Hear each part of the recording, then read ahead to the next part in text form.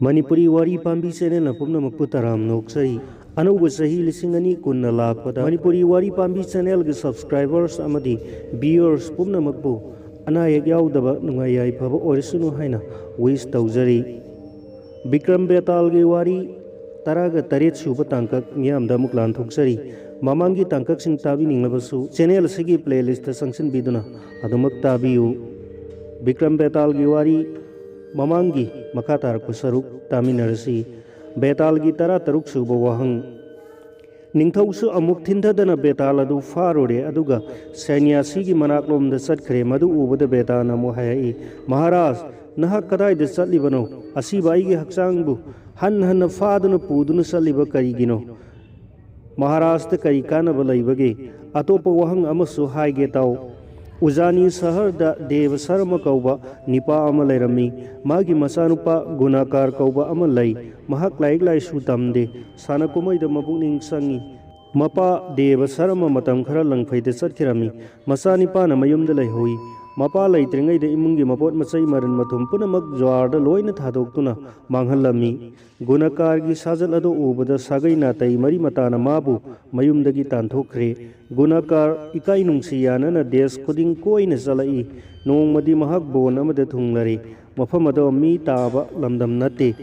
Aduna Mahak Singnarami Lambi Lamsang Lakpagi Awaba Amadi Aram Kaurang Mana Haksang Ado Thoidokna Sok Tharami Matamado Numitsu Takre Mahak Upai Laitre Matamadu da Khongnang Bot Pambi Makhongda Nipa Ama Mamit Uishinduna Famlaga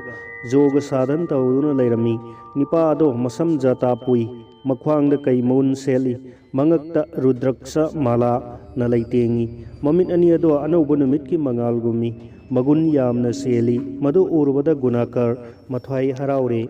Sainyasi adugi manakta sangkhiduna pranam bhakti taujarure aduga haijaki aihak sainyasi gi nakta ngasidi atithi oina sangjarakabani wa do tabada sainyasi aduna haiki aina thongduna thamliba sak ase na hak charo gunakarna aidi sainyasi di nate karamna guru gi sak ase sasige masina taba atai atopa lairabadi pinabiu wa do tabada jogi nokfet tauraga jogi gi mantra sonduna kaurakle matam adu da khangaudana jogini ama manakta lakle aduga kari gi mabu kauribano hanglai jogi na hai mahak ase gunakar ase ngasi aigi ashram da atithi oina lakabani mabu chana na seba kharatau aduga nongalaga nafamda hankho jogi yathang phanglabada jogini harauna yare madudagi khangaudana mayagi fura makudakta sem khre aduga gunakar puduna yum aduda sangkhre fajana sem saram fam aduda jogini aduna sana thaklaba polam thorang taukhre ayamba polam ado pija pithak tawrakle sak chaba loirabada gwan na singba puthoktura pijare manam nungsiraba thawna singba puraktana masado noibire ningthiraba famung anunda makhoi ani tuminare Jogini adugi fazaba sawom kari hairuni hek yengbada pungning sumaningai ni gonakar ahing ado nungai nare tirasta lenkre matamado haukrabada nongalamdai ngaihak pothabadagi tumthokre nongalaba adudadi jogani mangkre gonakar mikap thorpadadi yum dolan adu suleramdre madu ubada gonakar ngakpada hainingai laitre maram aduna jogagi nakta satkiduna marol ado tamure ngasi ahing lenmi nazabi fajabi nupi ado nongalaga mufam kadai da chatkre magi wado tabada jogi na hai brahman macha nahak kaya da pangkhrabano mantra gi sakti na semba mi adubu nangna kari gi amuk thiriba nongalabadi nahak yum da chatkiba yare wado tabada gunakar na hai ki aidi yum chatpagi thoina kanadraba mini jogi gi seba tawjadna mufam asida laijarage aduga mantra ado aingonda pinabiro Gunakargi wado tabada jogina nungsibire aduga hairei aihak mantra se nangonda pibirage nahak irujarga thuna lau mantra do jogina gunakar da pire aduga hairei mantra se nahak ising manungda lairingaida sanagadabani mantra songadaba masing ase suraga nahak mafam asida lau aduga tawgadaba mawung khara purna take Wado tabada gunakarna haraujare aduga isingda kumduna mantra ado sonba horakle ising mayai da songadaba mantra sing ado sonba loiraduna gunakar guru adugi manakta halakle aduga jogi adudagi saranda khorumlare adudagi hairai nanai aihak mantra masing suna sonjarure जोगी अदुना हायरई अदु ओइरबदी माइगई मरीदा मई थागलो अदुगा मतम खरदंग मदुगी मयाइदा मंत्र अमुक सोननब होनसी मदुदा नबुंगनिंग तयांग तसोइब तौरोइदबनी मदु तौरगा नाहकी सिद्ध सोइदना ओइरगनी वाद ताबदु गुणकारना हाइजकी ननाय अहाक युमदा अमुक्ता चचरुकीगे आइगी मरुप मपांग बोंधु पुनम अमुक्ता उनजरुकीगे अदुगा थिंददना अमुक लाक्सरगी मंत्र से लोइनबा साधन तौजरगे वासे हायरमलगा मरैबागता चटख्रे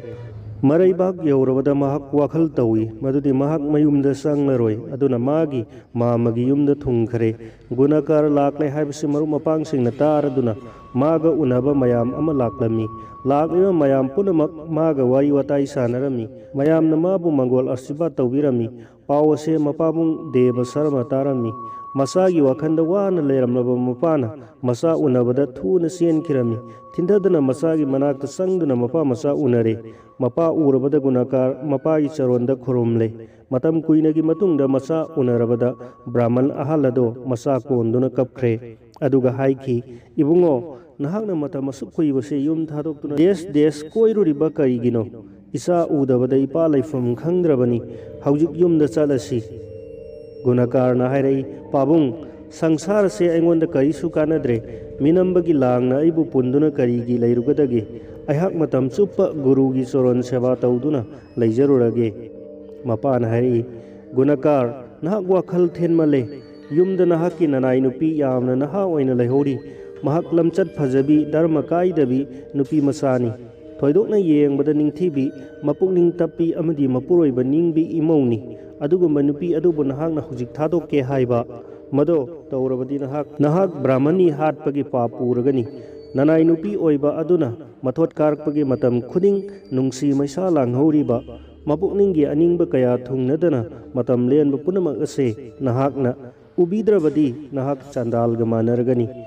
गुण पुनमकना तिल्लबी ननाई नुपी नयुमदा नहाक पुंगाइदुना लैहोरी अदुना नहाक युमदा चत्तबा यादे नंगी कर्म यामना वाटली गुणकारना खुमलई मदो ग्याल लैतबगी वानी संसार असिदा कनाना मसानो मरुप मपांग मतु मसा पुनमक मिनम्बा ngaktani सिरबदा कनाबु मरी मता लैखिगदगे अमुक पोकपा अमुक सीबा जीवगी हौनबनी हन्न हन्न पोकपा सीबा ताइबंग पालगी चनबीनी ई मतुम अमना हक्सांग से सारकपनी मदुदा अमांग असोई फत्तबा कयासु थन्न याउरिबनी मदुना तिल कांग कयाना सिक्लिबा खंदुना येंबियु मदुगी लाइथुंग कनाना कया अमा वहल्लिबा जीवगी पुंसी असे मरम मदुना फत्ते खंगलबा पोट अदो करिगे अमुक सोकलुखिगदगे आइगी मागे हाइबा थबक अदुना सुमहत्खिदुना फत्तबा लंबीदा चत्तना ओना तैनबा कया तौरगनी अदुगा अहाक अदुगुम्बा लंबी अदो चच्चररोय मरम मदुना इपाइबुंगोना संसार मया लाइरेंबीगी खयातगी नानथोकपा ngamdanaba sinbiraganu संसार की मरुओइबा मचीदी ईश्वर की चरण अथोइबनी ननाय अहाक योग शास्त्र पुनिंग संजखरगे ताइबंग पानबगी गृहस्थ युम पानबगी लंबीदो पामजद्रे वासी हायरदुना मपा खुरुमलमलगा सैनासीगी मनाक्ता अमुक हन्ना चटखिदुना थुंखरे अदुदगी मंत्रदो सिद्ध ओइगनी खनबदगी मथवाई हराउना माइगई मरीदा मई थागले गुणकार मई मयाई अदुदा कुसगी आसन अमा थादुना फमलगा मंत्र साधन तौरकले मान मंत्र अदो सोनगदबा मसिंग अदो सूरबा फाउबा नहालगी जोगनी अदो लाक्त्रे जोगनी अदुना लाक्त्रबदा गुणकार गुरुगी मनाक्ता लाक्तुना हाइरई गुरु याथंग मतुंग इना ननाय अहाक मंत्र मसिंग अदो सूदुना साधन तौजरे अदुबु करिगी दमक्तनो मंत्र अदो सिद्ध ओइद्रिबसे गुरुना हाइरई गुणकार नहाक पुंगिंग तपथौ मधुगी मरम कया लैरी अहाक मधु ताके मतांग असिदा बेताना विक्रमादित्यदा हंगलई महाराज गुणकार की मंत्रन सिद्ध ओइद्रिबा करिगिनो विक्रमादित्यना खुमलई शास्त्र की नियम कायबगी मपुकनिंग द सिंगनब फंगलिबनी धर्म की मंत्र सानब मीदा मपुकनिंग अनि लोंगनबदी करिगुंबदसु मंत्र दो कानबु फंगलोय अदुननी खंगबियु बेतालना हाइरई गुणकारसु मागी गुरु जोगी अदुना ताकपा मंत्र साधन अदो अमत चिथदना सोले अदुबु करिगिदमक जोगिनी अदो उबु फंगद्रिबनो बगमदेतना गुरुना गुणकारदा मईगी मयाइदो फमदुना मंत्र अदो सानौ मदु नत्रबदी मंत्र अदो मही यालोय हाइना ताकी मदुदा गुणकारना गुरुगी याथंग हिक्तोखरे मरमदि महाक मरैबागता अमुक चत्तुना मरुप मपांग उनरुरे मदु उबदा गुरु अदुना मपुकनिंगदा खनखी मागी याथंग इंदना चटखरे हाइना मरम अदुना पुकनिंग अनि लोंगलबा मीदी थबक मंगोल खक ओइरोय गुरु पुकनिंगदा खरा साउनिंगकी गुरुना पेंद्रबा कर्म अदो करमना महि यानगदौरिबनो मरम अदुना महासोय अइना हाइजरिबा सिनी मरम अदु लैबना जोगनी अदो गुणकारना कौबदा लाक्त्रिबनी निंगथौगी वा अदो ताबदा बेताल पेनवन खरदुना थिनथदना सिंसा पाम्बीदा अमुक हना काखरे मसिना बेतालगी 13 सुबा वहंगनी।